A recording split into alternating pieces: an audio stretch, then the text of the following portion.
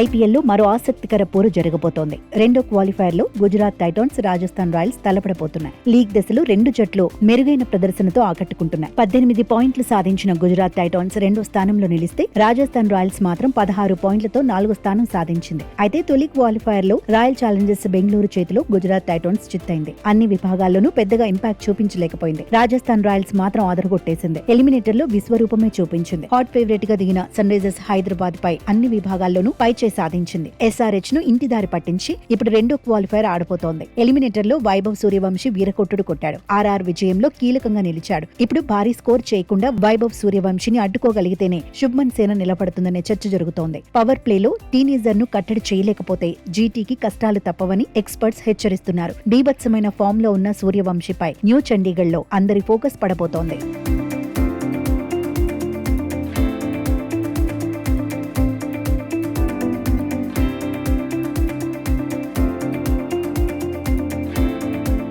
జట్టుగా చూస్తే రాజస్థాన్ రాయల్స్ బలంగానే ఉంది. బ్యాటింగ్ లో వైభవ్ సూర్యవంశీ, యశస్వి జైస్వాల్, ధ్రువ్ జురేల్ కీలకంగా నిలుస్తున్నారు. బౌలింగ్ లో ఆర్చర్ కూడా తనదైన ముద్ర వేస్తున్నాడు. జట్టుకు అవసరమైనప్పుడల్లా వికెట్లు అందిస్తున్నాడు. రెండో క్వాలిఫైర్ లోనూ ఈ నలుగురు రఫ్ఫాడిస్తే రాజస్థాన్ రాయల్స్ కు తిరుగుండకపోవచ్చు. కెప్టెన్ రియాగ్ పరాగ్ పైన అంచనాలు ఎక్కువే ఉన్నాయి. రవీంద్ర జడేజా, బ్రిజేష్ శర్మ, బర్గర్, ఫెరీరా కూడా దూకుడు చూపిస్తే గుజరాత్ టైటాన్స్ కు సవాల్ తప్పదు. జీటీ జట్టు ఎక్కువగా టాప్ ఆర్డర్ మీద ఆధారపడుతోంది. సాయి సుదర్శన్, శుభ్మన్ గిల్, బట్లర్ నిలకడగానే ఆడుతున్నారు. కానీ ముగ్గురు హిట్ అయితే ఓకే, లేదంటే పరిస్థితి ఏంటనేది హాట్ టాపిక్ అవుతోంది. బౌలింగ్ విభాగం బలంగానే ఉంది. రబాడా, సిరాజ్, ప్రసిద్ కృష్ణ, రషీద్ ఖాన్ పై అంచనాలు ఎక్కువవుతున్నాయి. దీంతో న్యూ చండీగఢ్ లో హోరాహోరీ తప్పదని ఫ్యాన్స్ ఫిక్స్ అవుతున్నారు.